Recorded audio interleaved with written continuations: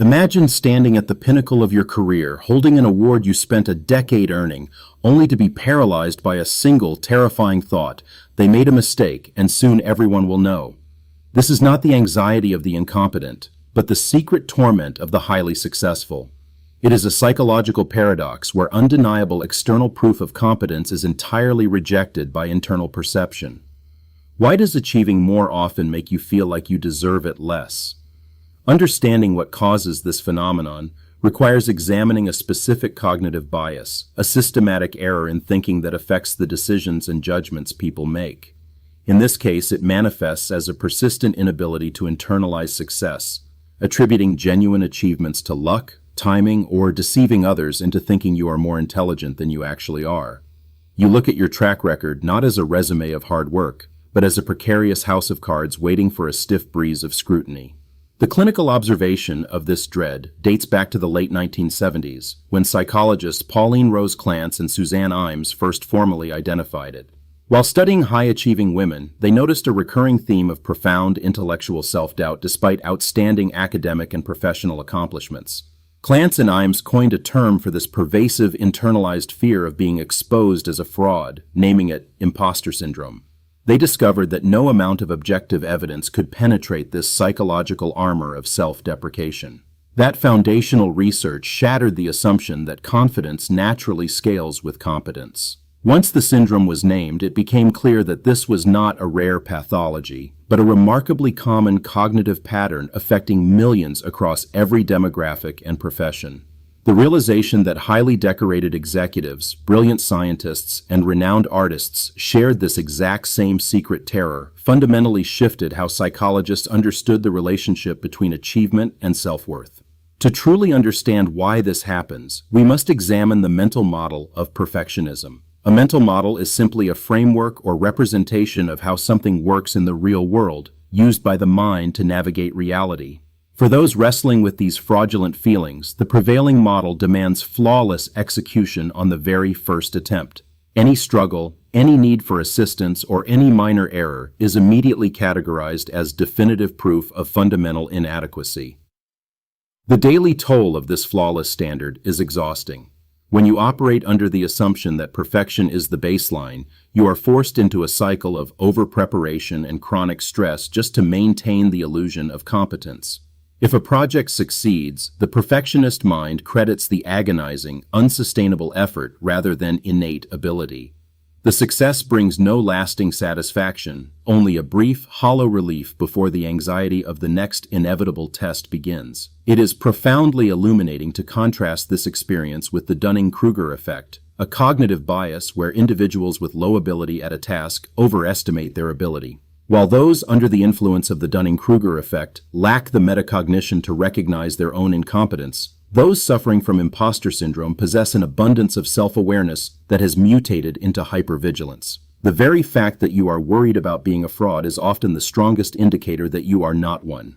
The ancient philosophers understood this tension between perception and reality. As Marcus Aurelius observed, the universe is change, and our life is what our thoughts make it. When your thoughts are hijacked by the persistent fear of unmasking, your reality becomes a perpetual state of defensive maneuvering.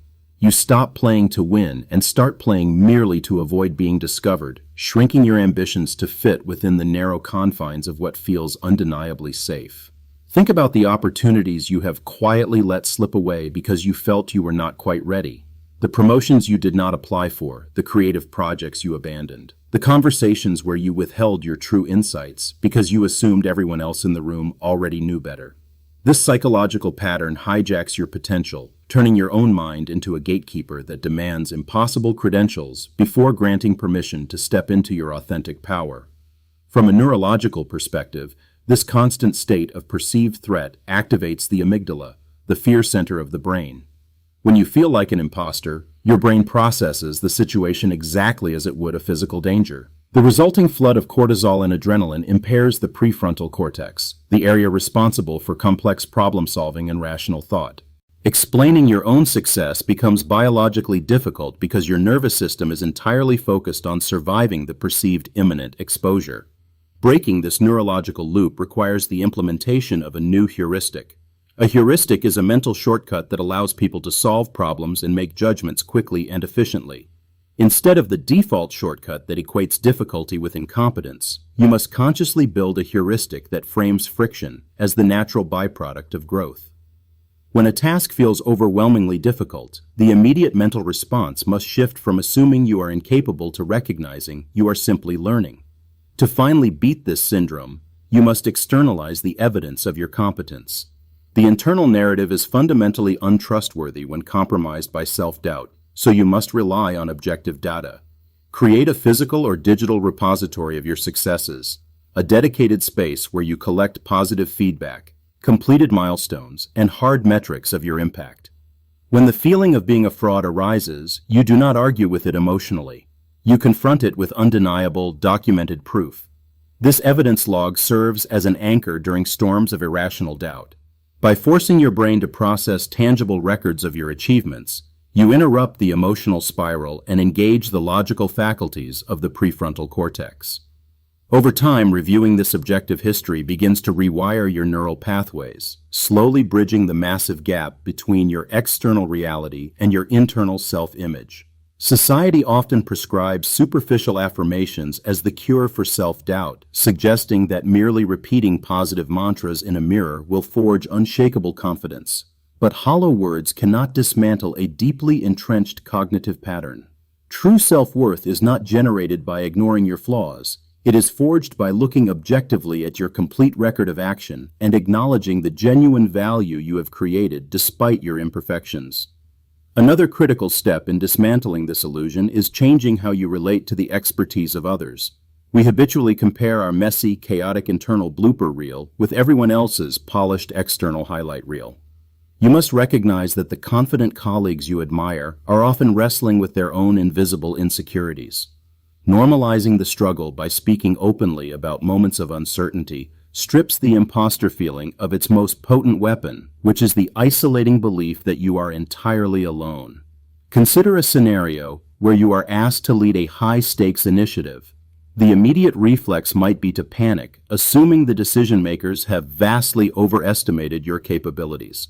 Instead of succumbing to the urge to decline or over-prepare to the point of exhaustion, you must intentionally reframe the parameters of the task. You accept the challenge not because you possess flawless expertise, but because you possess a proven capacity to figure things out as you go. This approach aligns seamlessly with Stoicism, the ancient Greek philosophy that emphasizes focusing our energy only on what we can control. You cannot control whether someone eventually judges you as inadequate, nor can you control the unpredictable variables of a complex project. You can, however, absolutely control your willingness to show up, your dedication to the process, and your refusal to let an unverified feeling dictate your professional trajectory. Applying that ancient wisdom today fortifies our resilience against the whispering doubts of the ego. When you detach your identity from the demand for immediate perfection and attach it instead to the practice of continuous effort, the fear of being unmasked loses its grip. You are no longer pretending to be a flawless master. You are openly operating as a dedicated student of your craft, which is a position of unassailable authenticity. Redefining failure is essential to maintaining this authenticity. If you view a setback as a referendum on your fundamental worth, every risk becomes an existential threat. You must deliberately reframe failures as data points, necessary feedback mechanisms that refine your approach. The most prolific innovators do not lack the capacity for error. They simply process their errors rapidly, extracting the lesson without allowing it to infect their core identity. To build this kind of psychological armor, practice the art of separating your feelings from your facts. Just because you feel like a fraud does not mean you are one. Emotions are compelling, but they are not prophecies, and they are certainly not objective assessments of your skill level. Acknowledging the feeling without accepting it as reality creates a vital wedge of awareness, a space where you can choose a rational response rather than a panicked reaction. In that space of awareness, you can begin to cultivate a growth mindset. This involves shifting your primary objective from proving how smart you are to maximizing how much you can learn. When the goal is learning, ignorance is no longer a shameful secret to be hidden. It is simply the starting line. The pressure to maintain a facade evaporates, replaced by the genuine curiosity required to master complex challenges. History is replete with brilliant minds who wrestled with this exact shadow. Maya Angelou, after publishing her 11th book, remarked that she still feared people would find out she had run a game on everybody. Albert Einstein described himself as an involuntary swindler whose work did not deserve the immense respect it received. These examples prove that the sensation of being an imposter is not a boundary line separating the capable from the incapable, but a universal toll exacted on the road to mastery. Understanding that even the architects of modern physics and literature felt this way fundamentally alters the landscape of our own self-doubt. It reveals that imposter syndrome is not an eviction notice from the room of success, but rather the entry ticket. The presence of the fear indicates that you are pushing your boundaries, operating at the edge of your current capabilities, and refusing to stagnate in comfort. Your ultimate strategy is not to eradicate the feeling entirely, but to change your relationship with it. When the voice of the imposter whispers that you do not belong in the room, let it serve as a signal that you have successfully stepped out of your comfort zone. Greet the anxiety not as an enemy exposing your weakness, but as a companion that always shows up when you are on the verge of meaningful growth. You have spent enough time discounting your own brilliance and attributing your hard-won victories to mere chance. The time has come to claim your seat at the table with the full weight of your authentic experience. By understanding the cognitive biases that distort your perception and systematically building a foundation of objective self-worth, you can finally silence the inner critic. You are not a fraud. You are a complex, evolving human being capable of extraordinary things. And it is time you start believing the evidence of your own life.